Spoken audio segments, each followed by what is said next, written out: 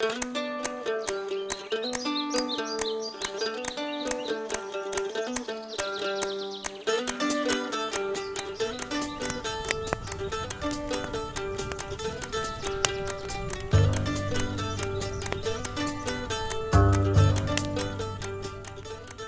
it's Pam Heller from AccuQuilt. Now, quilters, I am not a fan of roughing it in the wilderness, but even I would spend the weekend in this cute little camper. Let me introduce you to the new limited edition Go Camper die. This die is fun and easy to use. It includes all 7 shapes, including the door, the window, and the wheels. This is a limited edition die, so it comes in our teal colored tray and has special packaging. It's only available for a limited time, so if you love this die, you want to pick one up fast. The Go Camper die is perfect for camping or outdoor adventure themed quilts, pillows, or table runners. Be creative and combine this die with the Go Cute Car or the Go Northwoods medley to create an entire camping scene. Today, I'm going to show you how to assemble and embroider the Go Wander Throw quilt that you see behind me.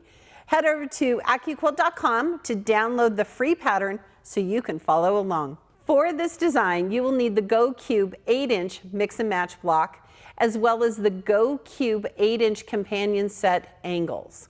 You will also need the 1-inch finished, 2-inch finished, and 3-inch finished Go strip dies. You will also need the Go Classic 2-inch alphabet uppercase die. Now, if you want a different size cube besides the 8-inch, you can still make this cute wall hanging. You'll just either have a larger or smaller finished size blocks, and you will need to make adjustments to the fabric requirement. This pattern is so fast and easy to make. First, you're going to use shapes 4 and 5 from your 8-inch cube to make these great flying geese units. You will need to make 8. So cut 8 quarter square triangles and 16 half square triangles. These will be used for the tops of the trees. Cutting flying geese is so simple with your cube. It's just a few passes through your cutter and you're ready to sew. Already I've cut and sewn my flying geese shapes, but it's important to remember that when you're sewing flying geese, you want to start with one side and press that wing away, and then start on the other side and press that wing away. That way you will have the perfect 1/4-inch seam allowance at the top of your flying geese block. Sew 2 flying geese blocks together to create the tree tops. Repeat this for 3 remaining trees. Next, use shapes 13 and 14 to make 4 triangle in a square blocks for the bottom of the trees. Just like before, sew one wing, press it away, and then sew the other. But this time, I recommend pressing the seams open. Sew a tree bottom to each flying geese treetop unit, then sew 2 trees together to create one 8-inch lumber block. Repeat this for the other lumber block. Finally, use shape 2 to cut multiple 2.5-inch squares. You will need 32 of these squares, 24 in various creams for the sky, and 8 in greens for the grass. Remember, you can lay your fabric to cut 6 layers in one pass through the cutter. Sewing them together is so fast and easy. Start by sewing your green squares into 2 rows of 4. Then sew 6 cream rows of 4 squares. Press the seams of the first row in one direction and the second row in the opposite direction. This will help the rows nest together and give you a nice flat block. Using those nested seams, sew together 3 cream sky rows and 1 green grass row to create one 8-inch camping spot block. Repeat for the second block. All right, let's get to the cutting of your camper. Now, first of all, I want to remind you that you want to pre-fuse your cotton fabric or whatever fabric that you're going to use. Remember, you have to count that fusible as a half a layer of fabric, so you could actually use 4 layers of pre-fused cotton. You just want to make sure that your fabric covers the shape. Now in our pattern, the campers are going opposite directions. So you want to have one piece facing up and one piece facing down. All right, let's cut out our camper.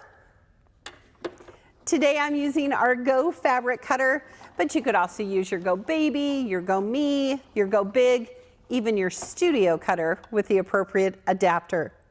All right, give your mat some love. Get rid of some of that static that builds up.